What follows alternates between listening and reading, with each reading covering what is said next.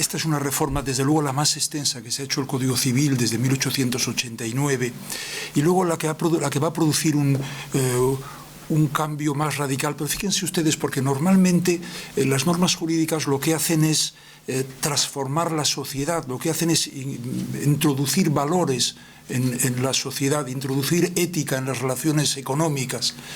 Y en este caso la reforma paradójicamente tiene un significado distinto, casi inverso.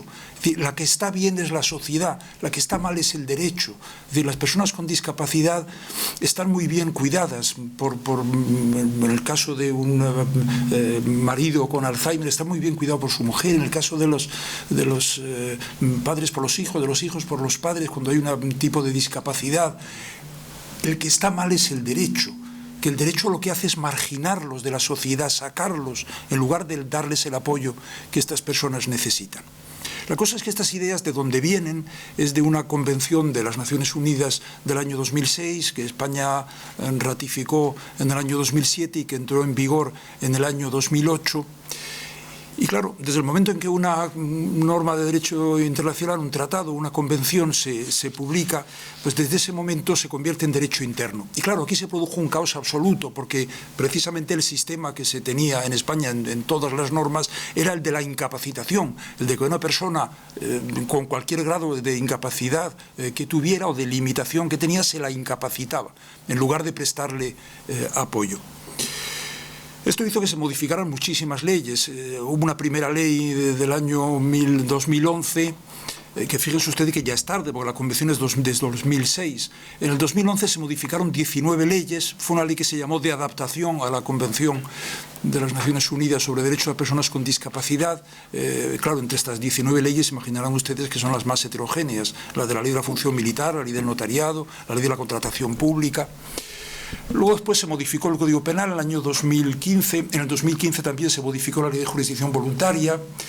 Antes ya se había modificado la que se llama Ley de Dependencia, que curiosamente es de un día antes de la Convención. La Convención es de 13 de diciembre de 2006 y la ley esta es de 12 de diciembre de 2006, pero claro, naturalmente ya estaba imbuida del espíritu que en ese tiempo se estaba, con el que en ese tiempo se estaba redactando ya la Convención. Pero quedaba un sector importantísimo de la discapacidad que no se había adaptado, y era el de la discapacidad intelectual. Es decir, la dificultad que puede tener una persona para formarse una voluntad enteramente libre y enteramente consciente para celebrar negocios jurídicos.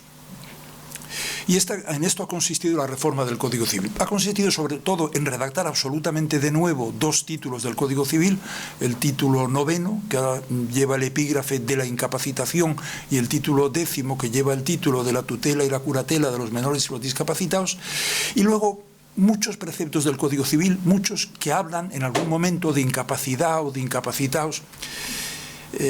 En algún caso no tiene nada que ver. Por ejemplo, el artículo del Código Civil que dice que son incapaces para otorgar testamento los menores de 14 años. Esto no es un problema de incapacidad, simplemente es una prohibición. Los menores de 14 años no pueden otorgar testamento. O que son incapaces para suceder las criaturas abortivas y las corporaciones y entidades prohibidas por la ley. No, aquí no hay un problema de incapacidad, es otra vez una prohibición. Pero había muchos preceptos que, como digo, hablaban de incapacidad y de incapacitación. En general, la reforma no es en absoluto, como van a ustedes ver en un momento, una cuestión de cambiar la terminología, y donde decía incapaz, poner persona con discapacidad, y donde decía una palabra, cambiarla por otra distinta. No, aquí verán ustedes que es una reforma de fondo, que el verdadero problema que tiene, y eso lo dice la exposición de motivos, es que hay primero que cambiar la mentalidad de los juristas que tienen que aplicar el nuevo régimen jurídico. No se puede seguir pensando en incapacidad. A una persona que tiene algún tipo de limitación no tiene ninguna utilidad incapacitarla, lo que tiene utilidad es ayudarla.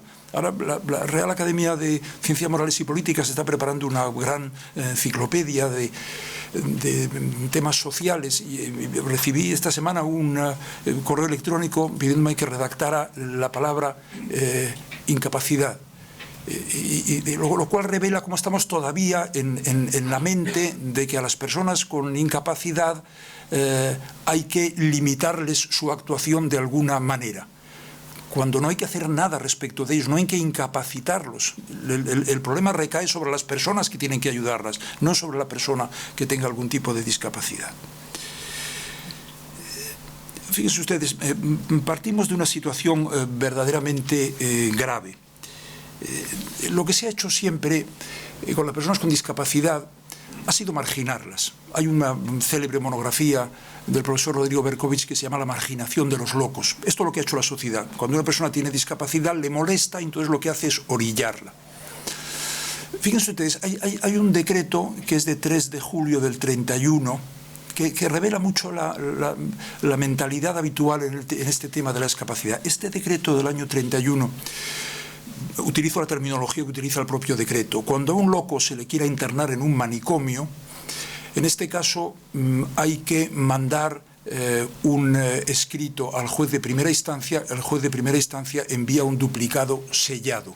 Esto es todo. Es decir, nadie va a ver al loco, nadie, ni el Ministerio Fiscal, ni ningún médico va a comprobar si la persona tiene discapacidad. Se manda simplemente un impreso y con duplicado lo firma el juez y lo devuelve. Como decía el profesor Federico de Castro, este decreto convertía a las personas en cosas. Pues sí, yo creo que se ha producido una especie de cosificación de las personas con discapacidad, es decir, un trato inhumano, un trato más de cosa que de persona. Y fíjense ustedes, porque esto todavía en parte sigue así. De las tramitaciones de las discapacidades que en este momento se producen, y la ley de enjuiciamiento civil, tanto la última del año 2000 como la anterior de 1881, dice que cualquier persona que tenga conocimiento de hechos que puedan afectar a la capacidad de una persona pueden, y si se trata de autoridad o de funcionario, debe poner en conocimiento del Ministerio Fiscal la situación. Bueno, pues del 95% de los casos que se tramitan ante los juzgados terminan en una incapacitación total con nombramiento de tutor, es decir, de representante universal, una persona que actúa por la persona con discapacidad que queda absolutamente marginada. Conocerán probablemente ustedes casos, como conozco yo, personas que no merecen una incapacitación total, es decir, que tienen un grado de voluntad y de claridad mental que pueden expresar lo que quieren, quizá con ayuda, pero pueden expresarlo.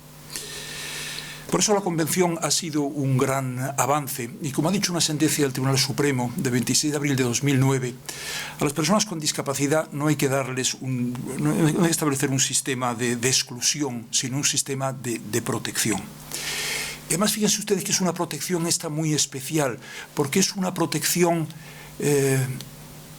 que no se trata de saber qué es lo que le interesa a la persona con discapacidad. Es decir, no es una protección objetiva, sino una protección subjetiva. Hay que saber lo que quiere. Hay una expresión que se utiliza muchas veces a lo largo de la reforma esta del Código Civil, donde se habla de la voluntad, deseos y preferencia de la persona con discapacidad. Pero el proyecto va todavía más allá, porque hay muchas veces que la persona con discapacidad no tiene la voluntad plenamente formada. Y entonces hay que ayudarle a que pueda decidir. Hay que darle datos, hay que explicarle, pero siempre para que sea ella la que decida. Y luego hay una tercera regla de actuación, porque claro, hay casos que es absolutamente innegable y no se puede someter absolutamente al régimen general, y de las personas que no tienen absolutamente ninguna facultad de tomar una decisión ni de entender la situación en la que se encuentra. Y en este caso lo que se dice es que la persona que actúe por él, aquí necesariamente tendrá que ser representante, no simplemente una persona de apoyo, tiene que reconstruir su trayectoria vital, sus creencias, sus ideales, sus valores, para tomar la decisión que él hubiera tomado si tuviera la lucidez suficiente para adoptarla por sí mismo. Me parece que esto es de una sensibilidad extraordinaria. Incluso cuando la persona no puede actuar por sí mismo, hay que actuar como actuaría ella. Naturalmente, si puede actuar, hay que aprovechar todo lo que pueda actuar por sí mismo y apoyarlo y complementarlo, como digo, y también facilitar la adopción de las medidas. Desde el punto de vista, y esto ya es más conceptual, más del derecho civil, el gran cambio conceptual que se produce ahora como consecuencia de la nueva regulación es que la incapacidad o la incapacitación deja de ser un estado civil. Saben ustedes que estado civil son cualidades de las personas que cuando hay un grupo que lo tiene homogéneo, pues entonces se le dota de un régimen jurídico propio, que los nacionales y los extranjeros, los menores de edad y los mayores de edad, los casados, solteros, divorciados o viudos. Claro, no tiene ningún sentido que la discapacidad sea un estado civil. Y no tiene sentido por las razones que les voy a decir. En primer lugar, porque la discapacidad tiene una heterogeneidad tan enorme que no tiene sentido verlo como personas agrupadas en un colectivo que tenga características o cualidades jurídicas que sean específicas y propias de ellos. En segundo lugar, porque las consecuencias, fíjense ustedes bien, porque yo creo que esta es una de las claves de la reforma, las consecuencias de la discapacidad no hay que imponérselas a la persona con discapacidad, sino precisamente a las personas capaces. Lo que tienen que hacer las personas capaces es salvar las aceras y permitir que puedan bajar las sillas de ruedas, facilitar el acceso a los portales, es decir, quitar barreras. Es decir, la consecuencia de que una persona sea discapaz no es que el discapaz tenga que hacer nada, es que la persona capaz tiene que destruir las barreras físicas y también las barreras jurídicas. Y luego, tercera razón por la que no tiene ningún sentido hablar de un estado civil de incapacidad o de incapacitación es que no tiene ninguna utilidad lo que hasta ahora existe, una declaración judicial de que una persona es incapaz. No tiene sentido. Es decir, de lo que se trata es de aprovechar la capacidad para esa capacidad pueda desarrollarla con la ayuda adecuada.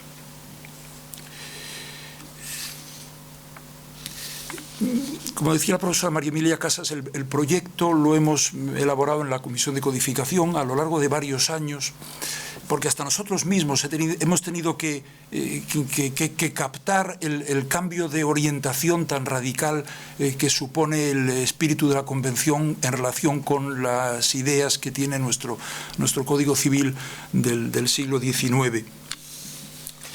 Y saben ustedes que la Comisión de Codificación es una institución que se creó en 1843, porque ya la Constitución de Cádiz decía que el Código Civil, el criminal y el de comercio serán uno mismo para toda la monarquía, y se creó esta comisión para ir haciendo los códigos. Luego después ya se ha ampliado y en el último decreto de 2015 la Comisión de Codificación es un órgano también consultivo del Gobierno. La Comisión de Codificación es una institución que desde esta fecha, que debe ser probablemente de la regencia de Espartero, antes de la llegada al trono de Isabel II, ha funcionado ininterrumpidamente, bueno, con una pequeña interrupción después de la Revolución de 1868. Bueno, y luego hubo una época, la de la dictadura de Primo de Rivera, que como cerró las Cortes, la Comisión de Codificación se convirtió en el órgano legislativo, pero ha funcionado siempre, sobre todo en dos materias. En materia mercantil, empezó haciendo el Gran Código de Comercio, y luego la Comisión de Civil, que hizo el Código Civil, porque la evolución del Código Civil, como la del comercio, es enormemente tortuosa, porque hay sobre todo, claro, ustedes recordarán que en el siglo XIX hay un cambio de partidos en el gobierno verdaderamente mareante, y había dos temas, o tres, probablemente, en los que influía mucho la ideología, que era la propiedad, el matrimonio y el régimen, la cuestión foral. Claro, si se hacía un código único y se acababa con los derechos de los territorios forales, o por el contrario se respetaba completamente las leyes propias, estancadas naturalmente desde el momento en que Felipe V acabó con las fuentes del derecho autonómicas, por decirlo en términos actuales, pero se planteaba si mantener esos fueros, esas leyes especiales de las comunidades autónomas. Y esto hizo que el Código Civil no evolucionara, o evolucionara muy tortuosamente, con muchos proyectos públicos o privados, hasta que por fin ya se aprobó en 1889. Y como digo, la Comisión de Codificación, que ha seguido trabajando, el último trabajo, bueno, hemos hecho algunos trabajos posteriores de menor importancia, ha sido esta gran reforma de la discapacidad. Claro, naturalmente, como se trataba de incorporar la Convención del año 2006 de las Naciones Unidas, hemos respetado todos los principios que están en el artículo específico que regula la discapacidad intelectual, que es el artículo 12 de la Convención, y luego las valiosas ideas que están también en la exposición de motivos. De manera que hemos mantenido el principio de supremacía de interés de la persona con discapacidad, pero fíjense ustedes que no es contradictorio lo que estoy diciendo ahora con lo que he dicho antes. Les he dicho antes que no existe el interés de la persona con discapacidad. No hay que buscar lo que más le conviene, hay que buscar lo que quiere y facilitarle que quiera algo, ayudarle a formarse su voluntad, y si no la tiene, reconstruir su voluntad. Pero eso es distinto de la supremacía del interés de la persona con discapacidad. Si hay que poner en una balanza el interés de la persona con discapacidad y el interés de una persona capaz, hay que dar preferencia al interés de la persona con discapacidad. Pongo un caso elemental. Si hay una persona con discapacidad y en la entrada del portal hay 8 escalones, hay que establecer un sistema para que pueda subir las escaleras. No simplemente votar y, como la mayoría no son personas con discapacidad, no quieren que se altere la escalera. No, hay una preferencia del interés de la persona con discapacidad. Luego, el principio de respeto a las decisiones personales, el principio de temporalidad de las medidas, porque hay que ir periódicamente comprobando si esa persona debe seguir con ese apoyo o ha evolucionado y necesita más o menos apoyo. Y luego el principio de colaboración leal. Naturalmente, la persona que represente o que asista a la persona con discapacidad tiene que actuar, en fin, salvando totalmente los conflictos de intereses que pueda tener con ella. Pero luego nuestra reforma se ha inspirado en otros principios, que se los enumero ahora. Son 10 principios y luego hablo un poquito de cada uno de ellos y no les doy más la lata. Estos principios son los siguientes. En primer lugar, el reconocimiento de un ámbito lo más amplio posible a la autorregulación de la discapacidad. Es decir, que una persona pueda decidir qué va a pasar con ella cuando se encuentre en una eventual y futura situación en que ya no pueda decidir por sí mismo. Que cada cual decida su futuro, con la mayor amplitud posible. En segundo lugar, la preferencia de esta autorregulación sobre la heterorregulación, la que venga de fuera. Es decir, primero está la persona con discapacidad y después lo que decida el juez. El juez no puede decidir nada en contra de lo que decide una persona con discapacidad. Primero lo que ella quiera. Y si no ha expresado su voluntad, entonces será la otra. Luego, en tercer lugar, la compatibilidad entre las dos, porque cabe la posibilidad que la autorregulación sea muy escueta y entonces necesite una heterorregulación, una regulación externa que complete la regulación que respecto de sí mismo estableció una persona para su futuro en que no pueda decidir ni actuar por sí misma. Luego, el cuarto principio es el no sometimiento de la autorregulación a un control judicial previo. Lo que una persona decida, no hace falta que para que entre en vigor cuando esta persona sea incapaz, un juez lo homologue, lo compruebe si está bien. No, el respeto llega hasta el extremo de que si se ha equivocado, otra cosa es que al hacer algún nombramiento o prever un nombramiento de curador o apoderado haya incurrido en un error evidente. Eso es distinto, pero si conscientemente una persona en pleno estado de capacidad se ha equivocado en la persona que designa, el juez no tiene por qué cambiarlo, no tiene por qué controlarlo. Él ha querido que sea esa persona, pues que sea esa persona la que le represente. En quinto lugar, la previsión de que el guardador de hecho pueda realizar actos jurídicos en representación de la persona con discapacidad con una autorización judicial concreta para ese acto y sin necesidad de abrir todo un procedimiento de prestación de apoyos. Luego, en sexto lugar, el encauzar todo el apoyo a las personas con discapacidad a través de la institución de la curatela. La curatela es una institución antigua que se introdujo aquí en España por una ley de 24 de octubre del año 1983, que se ha utilizado muy poco, que tiene la gran ventaja de que es graduable, a diferencia de la tutela, que es siempre representativa. Luego, en séptimo lugar, como les decía, porque esto está también en la Convención, la sujeción de las medidas adoptadas por el juez a una revisión periódica para comprobar cómo es la situación de la persona con discapacidad. Luego, otra cosa que puede parecer muy técnica, pero lo van a entender muy bien, se elimina del ámbito de la discapacidad las figuras de la patria potestad prorrogada y de la patria potestad rehabilitada y también la tutela, porque son instituciones rígidas. Y luego dos novedades procesales. La primera es que el procedimiento de prestación de apoyos, la sentencia que ponga fin a un procedimiento de prestación de apoyos, lo que tiene que decir es precisamente los actos para los que una persona necesite apoyo, pero no puede prohibir nada, no puede establecer prohibiciones de carácter general.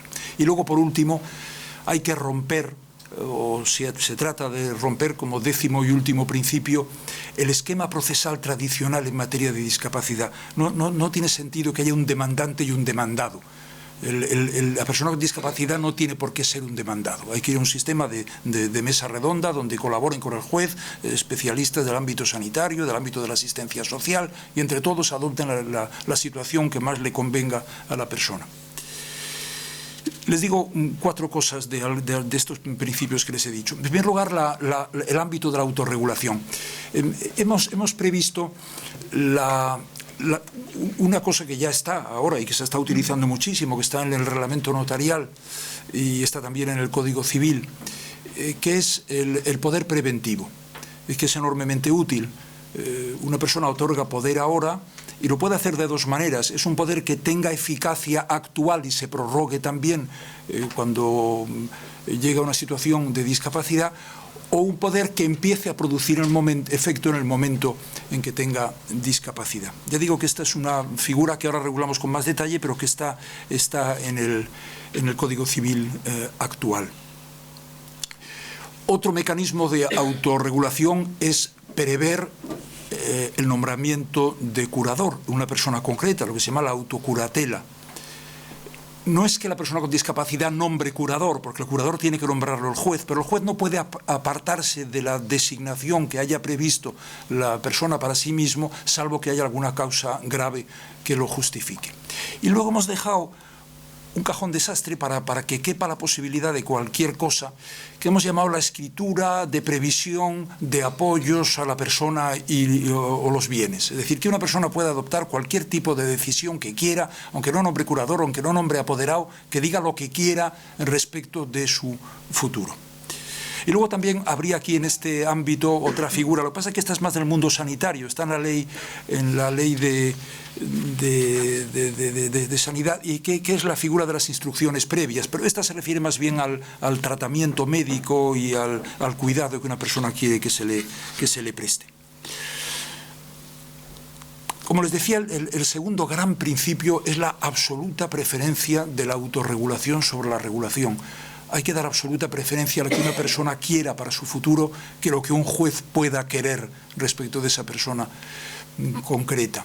Esto se repite varias veces, está en el primer artículo del proyecto, está en el 248 del Código Civil, donde se dice que solo en defecto de medidas adoptadas por la persona afectada, en ese caso podrá el juez adoptar medidas respecto de ella.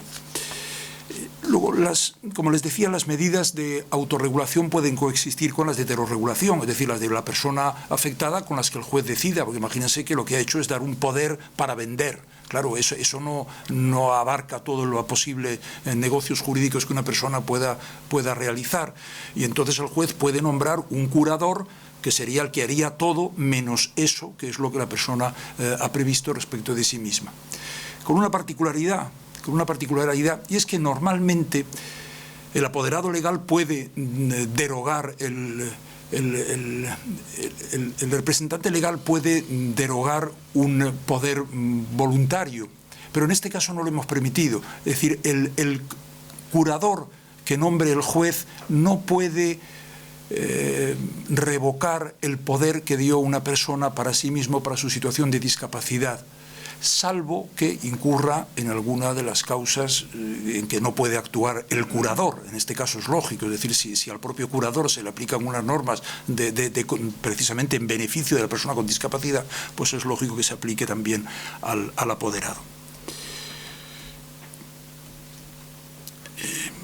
Luego después, otra de las grandes novedades es esta figura del guardador de hecho. El guardador de hecho está funcionando ahora razonablemente bien. y sin embargo está vista con enemistad por la legislación. Por eso les digo que esta reforma tiene ese efecto curioso de que en lugar de el derecho transformar la sociedad, es la sociedad la que nos obliga a transformar el derecho para adaptarnos a la realidad. Porque la guarda, de hecho, que es simplemente el vecino o la vecina que cuida del vecino al que quiere, con el que ha sido vecino durante muchísimos años, y le atiende bien, le atiende suficientemente, o los padres a los hijos, o los hijos respecto de los padres, o los cónyuges entre sí, las parejas, lo que sea, pero es de hecho, nadie les ha nombrado y lo cuidan bien. Bueno, pues ahora esto está mal visto en nuestro Código Civil y la Ley de Enjuiciamiento Civil, y lo que hay que hacer es lo contrario. Otra cosa es que cuando se trate de actos jurídicos de mucha importancia, que es en los que hace falta acreditar la representación, porque para comprar medicamento, para comprar la comida, para contratar a una persona que le asista, no hace falta acreditar la representación, pero cuando hay que acreditar la representación, en este caso se puede acudir al juez para que para este caso concreto dé una autorización. Es decir, sin necesidad de hacer todo un procedimiento general de prestación de apoyos a una persona. Fíjense, hay un artículo en el Código Civil austriaco que es muy bonito, que consagra la figura del guardador de hecho de una forma muy clara, porque dice el parágrafo 268, el nombramiento de curador es improcedente si la persona con discapacidad está suficientemente atendida, especialmente por la familia. Me parece de gran sensibilidad prever que si es la familia va a cuidar de él suficientemente bien. Luego, otro principio que les decía, que es de los más importantes de la reforma, es que todos los casos de discapacidad, el apoyo se le va a prestar a través de una institución única que es la curatela. Esto no es ninguna originalidad nuestra, esto no lo impone por otra parte la Convención de 2006. Sin embargo, esto es una cosa que han hecho en todos los países europeos, ir a una institución flexible, porque la curatela es flexible. La curatela es como una gama de posibilidades. Si el juez puede poner la curatela muy abajo, exigiendo que le acompañe a la notaría para realizar un arrendamiento, o puede, en el caso máximo en que una persona no puede decidir en absoluto por sí mismo, en ese caso no queda más remedio que recurrir a una curatela representativa, que sería en esa escala, en esa gama, estaría en el punto más alto. Esto no se puede negar. Quiero decir, en algunos casos los representantes de las personas con discapacidad nos han dicho que por qué tiene que estar esta situación de representación, pero es que hay casos en que hace falta representación, en que no puede actuar por sí mismo. Naturalmente todo esto habrá que interpretarlo en la realidad de la forma más restrictiva posible. Hay que aprovechar la más mínima posibilidad de expresión, de voluntad, de deseo, de preferencia de una persona, pero si no tiene ninguna voluntad, ningún deseo, ninguna preferencia, porque no puede expresarlos, no queda más remedio que sea representación lo que se hace y, por tanto, curatela representativa.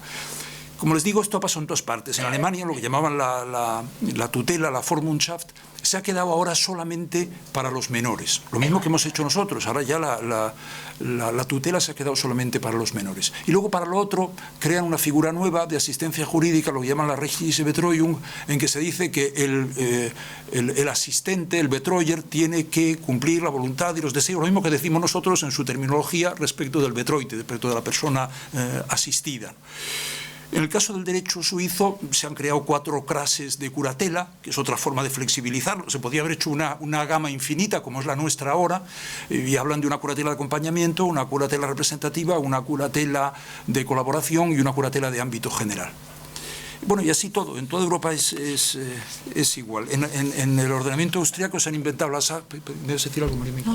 la Sachwalterschaft, que es una figura nueva, también representativa, pero tan parecida que algunas veces cuando habla del sujeto este que apoya, dice der Sachwalter o der Curator, el Sachwalter o curador, lo cual quiere decir que en definitiva, aunque parece que es nueva la terminología, pero es lo de siempre, es un curador como el nuestro. Y el Sachwalter también tiene que atender a la voluntad y a los deseos de la persona con discapacidad. Pues esto es lo que hemos hecho nosotros. Dejar la tutela para los menores, porque eso sí necesitan una representación universal y legal, y luego la curatela dejarla para personas con discapacidad. Y además, no solo que ellos, que la curatela sea la única institución de apoyo de la persona con discapacidad, sino que otras instituciones que tenían también como apoyo la curatela, les hemos cambiado de nombre. por ejemplo, los menores emancipados, que hay algunos cuantos actos jurídicos que no pueden hacer por sí mismos y hasta ahora necesitaban curador. Para dejar al curador como un personaje específico del ámbito de la discapacidad, ahora se le va a llamar defensor judicial. Lo mismo pasa con la prodigalidad. La prodigalidad es una figura histórica, yo no sé si hay muchas declaraciones de prodigalidad al año, me imagino que habrá muy pocas, y en este caso lo que se le nombra es un asistente al pródigo, cuando ahora también lo que se hacía era nombrarle un curador. Como les decía antes, del ámbito de la discapacidad se eliminan la patria potestad prorrogada, la patria potestad rehabilitada y, como les he dicho, la tutela. Pero van a entender muy bien por qué se ha eliminado la patria potestad prorrogada y la rehabilitada. La patria potestad prorrogada se produce cuando el niño incapaz, que está sujeto a la tutela de los padres, en el momento en que llega a la mayoría de edad, en el momento de cumplir 18 años, tiene algún tipo de discapacidad, y entonces lo que se hace es prorrogar la patria potestad. Claro, se darán ustedes cuenta de que esto es absolutamente injusto. Bueno, la patria potestad rehabilitada es algo parecido. El hijo ha contraído la discapacidad pasados unos años, pero sigue viviendo en su casa. Entonces ha habido unos años en que la patria potestad no regía y ahora se rehabilita y vuelve a la patria potestad. Pero como ustedes se imaginarán, esto es absolutamente injusto, porque la patria potestad es una representación universal, es decir, está anulada la persona por completo. ¿Y por qué al hijo que vive con sus padres no se va a matizar su situación para darle exactamente el apoyo que necesita? ¿Por qué se va a restablecer o continuar una institución representativa universal?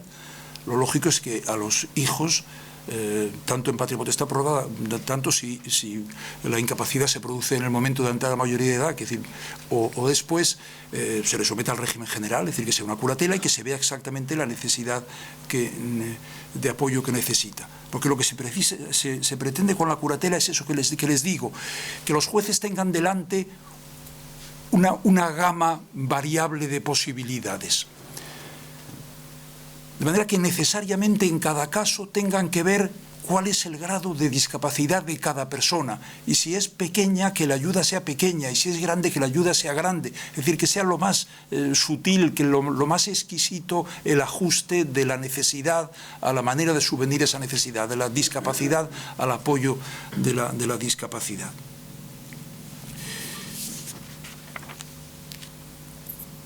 Como les decía, el procedimiento de prestación de apoyos, yo me imagino cómo serán estas sentencias en el futuro. Una serie de actos que la persona con discapacidad no puede hacer y luego al otro lado el curador o el apoderado, si está nombrado por la persona con discapacidad, pero a lo mejor es insuficiente y hay que nombrar un curador, entonces determinado acto lo hace el apoderado porque lo ha dicho la persona con discapacidad, pero luego quedan una serie de actos jurídicos de mayor o menor envergadura económica. Y atendiendo a esta envergadura y al grado de discapacidad, entonces el juez dirá, aquí necesita un curador que le asista para arrendar y sin embargo que le represente para vender o que le asista para obtener un préstamo personal, pero que le represente para una hipoteca o un derecho real de garantía. Es decir, lo que se trata es de una enumeración de actos, será más o menos compleja según cada sentencia, y a continuación el tipo de asistencia que esta persona necesite. Pero lo que no puede hacer la sentencia en adelante, que es lo que hacen ahora las sentencias, es que prohíben actos jurídicos de la esfera personal, de la esfera patrimonial o de la esfera familiar. No pueden votar, esto ya está resuelto con la Ley Electoral General, no pueden otorgar testamento, no pueden contraer matrimonio, no pueden tener armas de fuego, no pueden tener carnet de conducir. No, mire usted, usted no puede prohibir nada. Usted diga el apoyo que necesita para actos concretos. Cuando vaya a hacer alguno de esos actos jurídicos habrá un funcionario público que juzgará si los puede hacer o no los puede hacer. Esto es tan importante que de las pocas disposiciones transitorias que tiene el proyecto, una está para decir que se tienen por no puestas, aunque sea una sentencia del siglo XIX. Bueno, eso es imposible porque no vivirá la persona con discapacidad. Pero bueno, por antigua que sea la sentencia, se tiene por no puesta, simplemente no existe. Esas prohibiciones no se puede prohibir sin más. Lo que hay que decir es lo que no puede hacer y el apoyo, lo que no puede hacer por sí mismo y el apoyo que necesita para hacerlo. Bueno, como les digo, la exposición de motivos dice con mucho acierto que este cambio de enfoque, que como ven consiste en pasar de orillar a una persona a atender a sus necesidades y trasladar el centro de gravedad de la decisión judicial de la persona con discapacidad a la persona con capacidad, que es la que tiene que tenderle los puentes y las rampas jurídicas y físicas, que necesita un cambio de mentalidad de fiscales, de jueces, de notarios, registradores, de todos los que participan de alguna manera en este mundo de la discapacidad.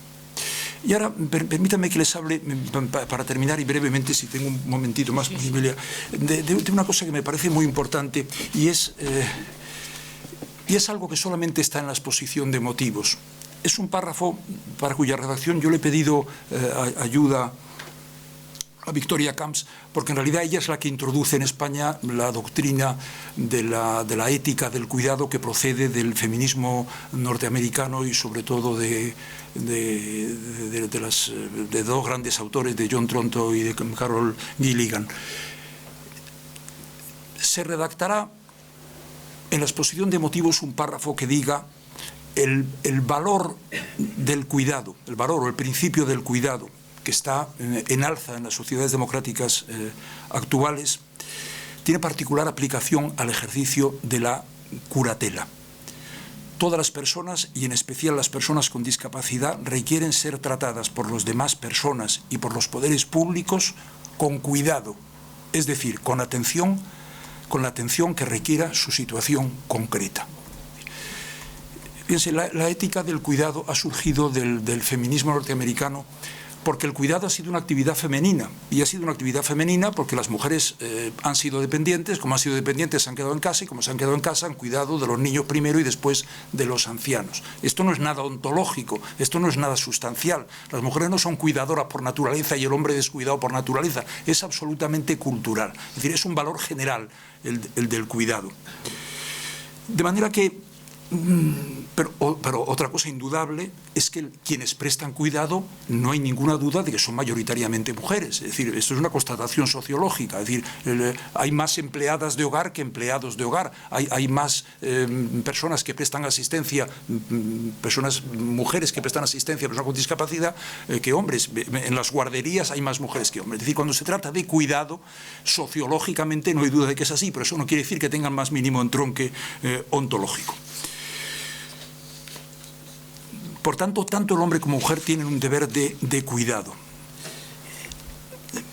Y tienen deber de cuidado por dos razones. Esto es un tema que va más allá de la discapacidad, lo que pasa es que tiene una aplicación muy específica a la discapacidad.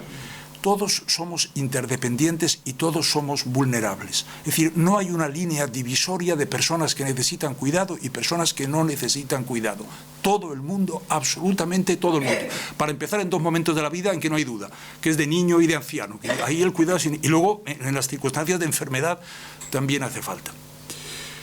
De manera que, como ha dicho John Tronto, incluso los adultos más sólidos, dice, necesitan cuidado. Es decir, el gran empresario, el gran profesional, como no tenga alguien que le planche los pantalones y la camisa y le lleve las chaquetas al tinte, se convierte en un ser miserable, porque no puede ni salir por la puerta de su casa. De manera que cuidado lo necesita absolutamente todo el mundo.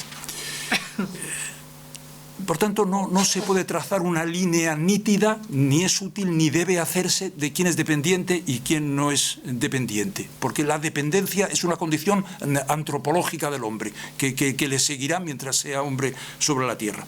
Y luego todos somos vulnerables. Lo que pasa es que hay una vulnerabilidad variable, y precisamente quienes son más vulnerables son las personas con discapacidad, los niños, las minorías, los inmigrantes, las minorías étnicas, religiosas. Esos son los que requieren un especial cuidado. Pero fíjense ustedes que la aplicación de la doctrina de la ética del cuidado que no se ha hecho al derecho, en realidad debería abarcar todas las prestaciones jurídicas. Es decir, cualquier contrato debe tener un ingrediente de cuidado. Porque hay, como si dijéramos, dos grandes grupos de actividades a estos efectos. Uno, los contratos cuyo contenido no es el cuidado. Y luego, otros contratos en que el contenido es el cuidado. Es decir, la asistencia médica o eso es que les decía antes, la asistencia por un asistente social o las guarderías. Entonces, claro, el cuidado tiene un sentido distinto en estas dos figuras. En los contratos cuyo contenido no es el cuidado, y piensen ustedes en cualquiera, en la compraventa, en la hipoteca, en el préstamo, en lo que sea, ¿no? Tiene que haber también un cuidado. Es decir, nuestra mentalidad es precisamente la contraria. Como vayamos a vender una casa y esté muy contento el comprador, nos mosqueamos. Claro, si él está muy contento, debe ser que nosotros lo hemos hecho mal. Pues hay que hacer lo contrario, hay que cuidar los intereses de la otra parte contractual. Esto afortunadamente lo dice el Código Civil alemán, lo dice el parágrafo 241. Dice, la relación jurídica puede obligar a cada parte a la Rücksicht, dice que es atención, que es lo mismo que cuidado, de los derechos, los bienes jurídicos y los intereses de la otra parte. Es decir, tenemos que aprender a preocuparnos de los intereses de la otra parte y el que la contraposición de intereses no lleve consigo una contraposición de sensibilidades. Pero claro, la cosa es completamente distinta cuando se trata, como en el caso del curador, de una función cuyo contenido es precisamente el cuidado. El caso típico, pues eso, es el del asistente de la persona con discapacidad y el de los enfermeros o enfermeras. Fíjense ustedes lo que dice el Código de Deontología de la Enfermería Española. Dice, los enfermeros y enfermeras deben proteger al paciente mientras esté a su cuidado de posibles tratos humillantes, degradantes o cualquier otro tipo de afrentas a su dignidad personal. Ante un enfermo terminal, el enfermero o enfermera se esforzará por prestarle hasta el final de su vida con competencia y con compasión los cuidados necesarios para aliviar sus sufrimientos. Y el otro artículo dice, el enfermero o enfermera ejercerá su profesión con respeto a la dignidad humana y la singularidad de cada paciente. Y el Tribunal Supremo ha dicho varias veces que los códigos deontológicos no son tratados de moral, son normas coercibles, son normas de obligado cumplimiento por los colegiados.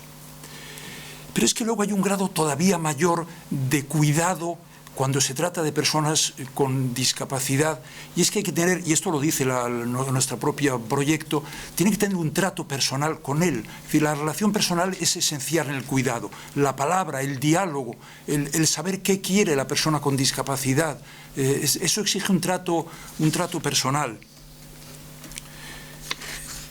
Y de lo que se trata es eso, claro, ya digo que este valor del cuidado está solamente en la exposición de motivos, porque claro, el cuidado es algo muy subjetivo. El cuidado es a lo mejor cogerle la mano, es tratarle con especial delicadeza, el hablar, y esto es difícilmente coercible. Hay un grado ya de sutileza en el trato del cuidado que es muy difícil que una norma lo pueda sancionar, pero bueno, metamos el valor del cuidado y procuremos que se extienda a todo el ordenamiento jurídico y sobre todo que se extienda a la sociedad, que la sociedad sea consciente de que hay que tratar con cuidado a los demás en todas las relaciones jurídicas, sean unilaterales, bilaterales, onerosas, gratuitas y de cualquier tipo. Les diré que los jueces son muy sensibles a esto. Hace poco un juez y una fiscal han publicado un texto precioso sobre el trato que tienen que dar a las personas con discapacidad, porque claro, tienen que examinarle para comprobar el grado de discapacidad, cosa que diré entre paréntesis que con esta simplificación en el 95% de los casos en que hay tutela no hay un examen demasiado detenido, pero este documento es de una delicadeza verdaderamente exquisita. Dice que deben crearse un escenario de confianza para la persona de discapacidad cuando vaya al juzgado para ser examinado. Dice que se le agradezca su presencia, que se le pida perdón si se le ha hecho esperar, que el lenguaje sea claramente comprensible por ellos, que no se utilice en absoluto la terminología técnica jurídica porque no lo van a entender, que se eviten las expresiones de lástima, de pena o de condescendencia.